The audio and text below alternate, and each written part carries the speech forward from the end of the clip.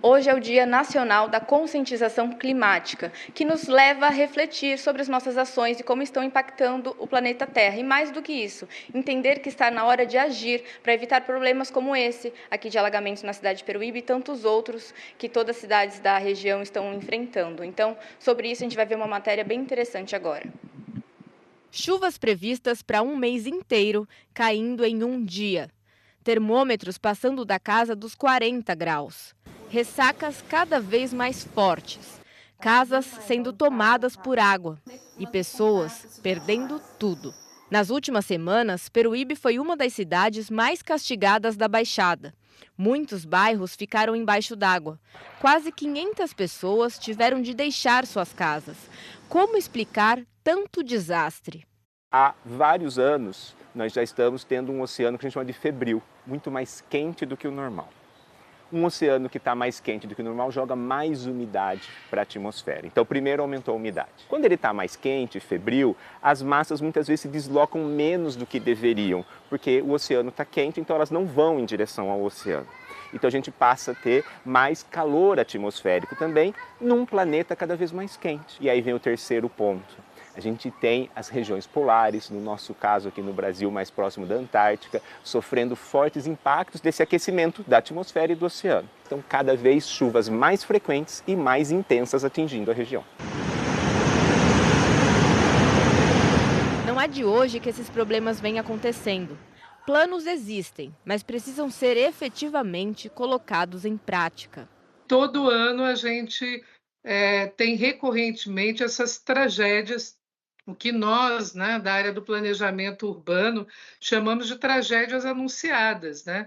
Elas são previsíveis e, para isso, a gente precisa ter o planejamento, né, a nosso favor, para que você possa ter bons diagnósticos, né, que retratem esses problemas e você também tirar do papel, né, os planos. O professor universitário da Unifesp, Ronaldo Cristofoletti, que é pesquisador dedicado ao estudo do oceano e da mudança do clima, explica que o planejamento urbano precisa ser repensado. Nós já temos os dados científicos que mostram essa frequência de ondas de calor, ondas de chuva intensas. A gente precisa olhar o nosso planejamento nesta realidade e não naquela de 2, 3 décadas atrás. Muitos passos estão sendo dados em termos de planejar, mas agora é hora de agir. Além de mudanças nas ações, é importante mudar a mentalidade. Há algumas décadas, o olhar sobre uma cidade desenvolvida era diferente.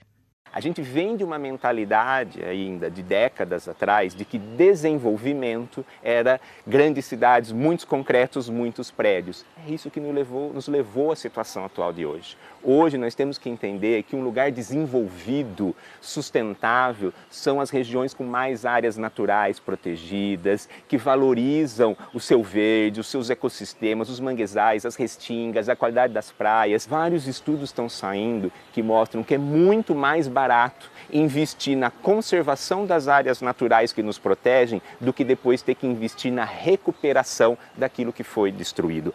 O grande volume de água traz prejuízos, mas a falta dela também. Essa é outra consequência dessas mudanças. Esse calor intenso, ele vai impactar na nossa qualidade de vida, na saúde e tudo aquilo que a gente cultiva, por exemplo. Então, quem tem uma horta em casa sabe que durante essas ondas de calor pode vir a perder muitos dali do que está produzindo. E em escala maior isso acontece com o agronegócio brasileiro. Quando todo mundo pagou muito mais caro do café, era porque nos meses anteriores a gente teve muitas ondas de calor, o café produziu menos. Se produziu menos, ele ficou mais caro no supermercado. Prédios cada vez mais altos na orla da praia, por exemplo, impactam diretamente no aumento da temperatura nas áreas centrais e mais afastadas da praia. Discutir isso é falar sobre justiça climática. Os prejuízos não são os mesmos para todos. A mudança do clima ela afeta todas as pessoas no planeta, todas, mas não da mesma forma. Alguns sofrem muito mais os impactos do que outros. Então, como sociedade, nós temos que olhar e pensar naqueles que são mais vulneráveis. Aquelas pessoas que estão em regiões que vão ser mais impactadas pela chuva, pelas ondas de calor, né? Então, áreas que propiciam deslizamento ou alagamento, pessoas que vivem em moradias que não são adequadas, que têm baixa circulação de ar, e aí a gente pensar essa justiça climática, porque senão aqueles que têm menos já são os que vão sofrer mais. Nós não somos contra a verticalização, né? A verticalização é uma forma de você adensar mais áreas que têm boa qualidade de infraestrutura, né? Como transporte, água, luz, esgoto. Mas o problema é a verticalização indiscriminada, né? Quando ela não é planejada, e aí ela traz problemas, como eu falei, ilhas de calor, né? Problemas com a ventilação, insolação, problemas de drenagem, né? De impermeabilização, que você acaba afetando a qualidade de vida e o bem-estar de todo mundo, né? É preciso entender que tudo está conectado. Até quem não tem um papel de poder pode e deve contribuir.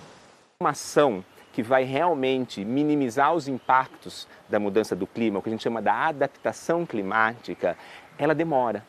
Ela exige investimento e esses resultados vão surgir numa escala de 5, 10, 15 anos, que não é a nossa escala eleitoral. A escala de 4 em 4 anos que o Brasil vive em todos os níveis, do municipal ao federal, faz com que muitas vezes os governos tenham uma lentidão em querer investir, porque se eu investir agora e o resultado vier em 10 anos, eu não vou estar mais no cargo para receber votos.